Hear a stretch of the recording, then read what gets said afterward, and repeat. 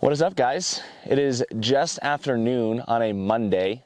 Today is June 23rd. The sun is shining, the birds are chirping. I'm out here for a quick ride on my Yamaha, but I believe it was 3 years ago yesterday that I quit my full-time job to pursue building dirt bikes and making YouTube videos for a living. Now, I thought about making a video like this at the 1 year mark and then again at the 2 year mark. And here we are at the 3 year mark. And I decided at this 3 year mark, it was time to talk about my journey here. Now, for a lot of my videos, I write scripts. This is not one of them. I just wanted to sit down and talk about my journey from working a normal 9-to-5 job to being a self-employed content creator, making videos about dirt bikes on the internet. It has been a hell of a journey and a hell of a learning experience, and there were quite a few different things that motivated me to take on this challenge and go this route in life. And I can truthfully tell you that my favorite thing about my job is its ability to inspire and motivate other people. The comments you guys leave me, the messages and emails I receive, they truly do mean a lot. So I thought that by sitting down and talking about my journey and how I got here, it may have the ability to impact or inspire one of you watching. So let's rewind about 10 years. I moved to Montana a little over 10 years ago to go to Montana State to study computer science, but really my focus was snowboarding. I got heavily involved in snowboarding late, but I had this unwavering belief in myself that I could go pro. I was completely and utterly obsessed with it. It was all I thought about during my entire time in college, and I really thought I could do it. I ended up being plagued by injury, missing multiple winters, and there was a point when I graduated that I realized I had a choice to make. I needed to move to Utah or Colorado or somewhere else that would help me develop my skills a little more, spend my life savings in hopes that I might make it with a very high chance of failure. Or I could accept that I wasn't going to make it, move on with my life, and figure out what was next. It was a really difficult decision. I think I knew in my mind that it was too little too late, but I didn't really want to accept it. If you go back and look at old snowboard videos, I wasn't as close as I thought I was, but I believed in myself, which was really important.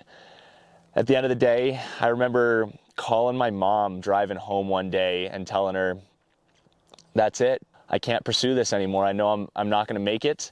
Or I would just drain my savings trying, and at that time, it no longer felt realistic. It was kind of a really hard thing to accept. I remember calling, talking to my mom, crying about it, and then wondering what I was supposed to be passionate about now. It almost left a bad taste in my mouth about snowboarding for a while. I was like, well, if I'm not going to go anywhere with this, what's the point? And it took me a long time to regain that love. But with that said, I got a full-time job as a web developer. I ended up really, really liking it. I was learning every day. I was building cool websites for all sorts of businesses in the area. I worked from 9 to 5 and got a nice paycheck every 2 weeks. 5 o'clock rolled around and the day was mine. I could go mountain bike. I could go hang out with my friends. Graduating college and transitioning into the work life was honestly a really good experience. And that enjoyment and excitement for that job lasted a couple years, and then it started to feel a little mundane. I had become pretty good at my job. I was no longer learning every day. My skills had developed, but the job hadn't really changed. So it transitioned to this really cool learning experience every day to just another day in the office. And around this time is when I started flipping dirt bikes. Now, I had just got back into riding after college. I knew nothing about wrenching on motorcycles, literally nothing. I didn't know how to change an air filter, change oil. It was all completely new to me, but I was fascinated by it. And I bought a cheap KX 125. I fixed it up, rode it all summer, sold it, made some money on it. And then I was like, I might be onto something. So I started flipping these bikes, started getting more and more confident in what I could do and less scared of new challenges. Until finally, I bought a blown up YZ250 that needed a full motor rebuild, thinking, pretty sure I can figure that out. So I bought that bike and I time-lapsed the rebuild of it for no purpose other than to reflect on in the future. I thought it would be cool to just watch this process over again, to remember this bike that I had rebuilt. I uploaded it to this YouTube channel and forgot about it. And then a couple months later, I got on YouTube and looked and saw that it had 200 or 300,000 views, and I thought, wow, maybe I should keep filming these. So I did. The next build I filmed as well, and then the one after that, I think I was like, I'm gonna do a build series. And I documented it more thoroughly, and the channel started growing a little bit and earning a little bit of revenue. And a year or two into this, between my salaried job and my side hustle, I ended up buying a house. That was in 2021. Now, at this point in 2021, I was struggling to find motivation at work. I would go get my job done, but I wasn't excited about it anymore. I thought, this isn't how I want to live my life, just going to work this job that I don't love anymore for a paycheck. There's got to be more to it. I've got to be able to figure this out. And then at the end of 2021, I said, I just need a change in some capacity. I don't know if it's the right change, but I need a change. So I quit my job, and then I got a job at a motorsports store doing marketing for them. And it took me about 2 months there to realize that wasn't quite the change I needed. And around this time, I remember a few different days there where I was out of work. I had essentially completed tasks for the day, was twiddling my thumbs at 4 o'clock, waiting for 5 o'clock to roll around. And I remember getting a couple texts here and there from friends saying, you want to go riding, you want to go do this? And I hated the concept of wasted time. I still do. I couldn't stand being somewhere when my work was done, simply waiting for the clock to strike 5 so I could leave. And at this point, I was working my 40-hour job along with another 30 or so hours on YouTube, bike builds, and content creation. Never, when I started making videos, did I consider the possibility that it might turn into my job. But I had began to reach this breaking point where between the full-time job and how much time I wanted to be able to invest into pursuing YouTube, it wasn't really working. I was stressed, I was overwhelmed, I was working 70 hours a week, and finally, I just went for it. It was reckless. I didn't have much in the bank account. I didn't have a great plan, and I said, I just gotta go for it. I gotta believe in myself and try to make this happen. So that's what I did.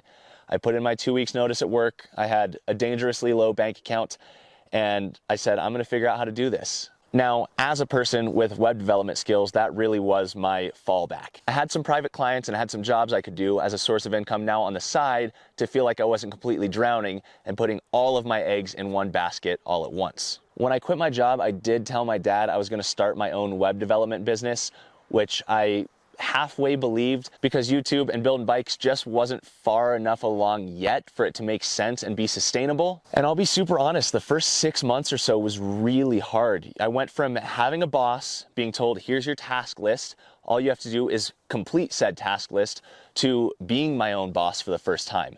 There was no defined task list. I had to create it, I had to manage it, I had to schedule myself.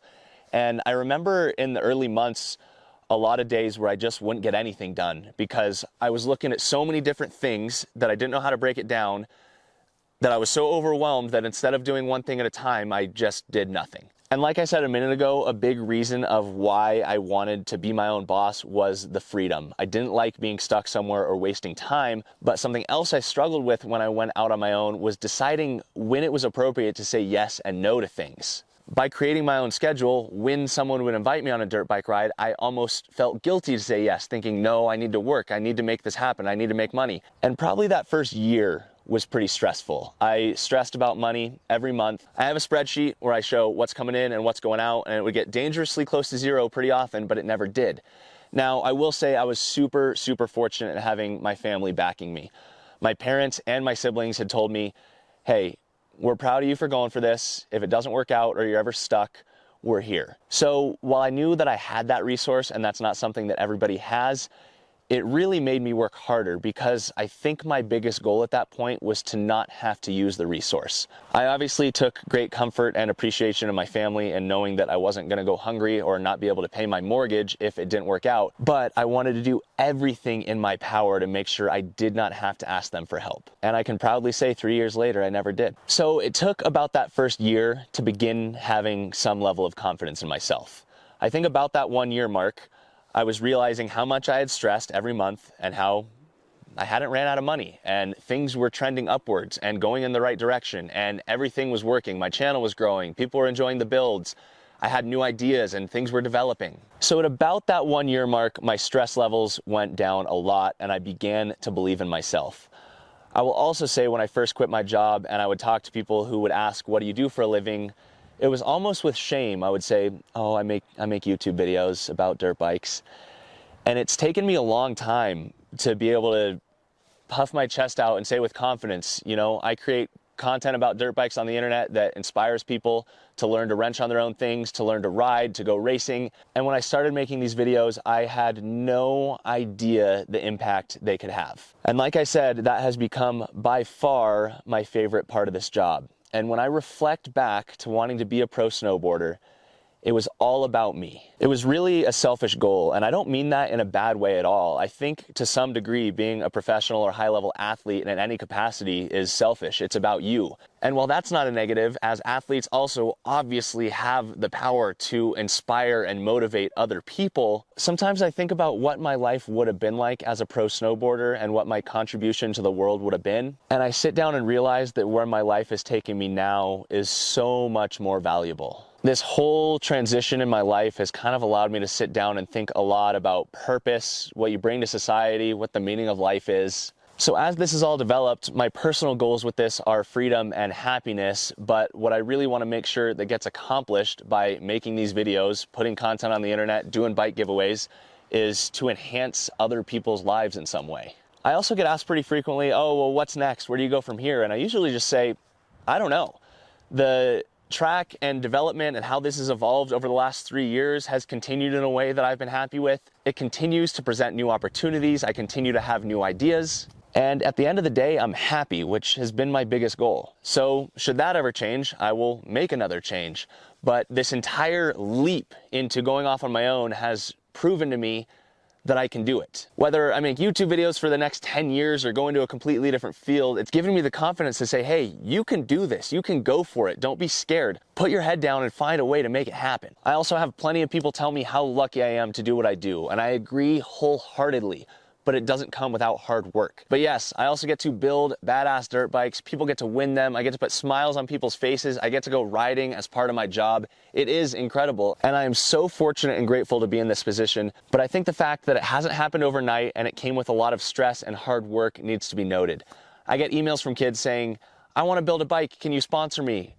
And then I think, well, what are you providing? You know, I actually think my first ever sponsor was Decal Works. And I emailed them and said, hey, I have these 2 videos that each have over 200,000 views. Here's what I can offer you. I'm doing this next project where I will also be documenting it. I was wondering if you might like to provide a graphics kit, and in exchange, I will promote your products in this video that is estimated to get 100,000 views or whatever it was at the time. So learning my worth and what I can offer along with what I feel I should receive in exchange has also been a huge learning experience, but I've never had the mentality of I'm looking for a handout. I've always wanted to do my best to provide as much or more to the company than they provide me. So really, I think that kind of sums up what I wanted to share of this journey. It has been incredible so far. I honestly cannot imagine going back to work for someone with the freedom I have experienced and where my life has taken me. Yes, I work my butt off, but I wouldn't trade it for anything. So while I realize everyone has different opportunity and comes from different walks of life, I think the main point I want to get across from making this video and sharing my journey is that you're never stuck and you can do what you set your mind to.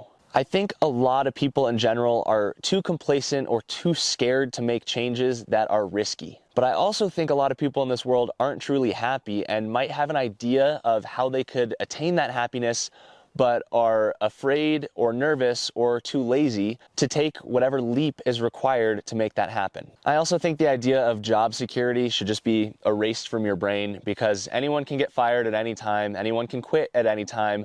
What I'm doing right now doesn't feel a whole lot different than having that safe salary I had a few years ago, despite it taking me quite a long while to realize and accept that. I want to thank every single one of you who has watched my videos, whether it's been for 5 years or if you're a new subscriber. I really do appreciate it. You guys have absolutely changed my life in a positive way, so I hope that I can give back by impacting some of you in a positive way as well. Completely different style of video than I've ever made on this channel, but 3 years in, I've just been doing a lot of self-reflection, and I felt that you guys deserve to hear this story, and I wanted to share these thoughts. So thank you guys for watching. I really hope you enjoyed listening, and we'll keep this train moving forward, getting super close to 200,000 subscribers. So if you're watching this video, you want to see more and you're not subscribed, please click that button. Thanks guys, I'll talk to you soon.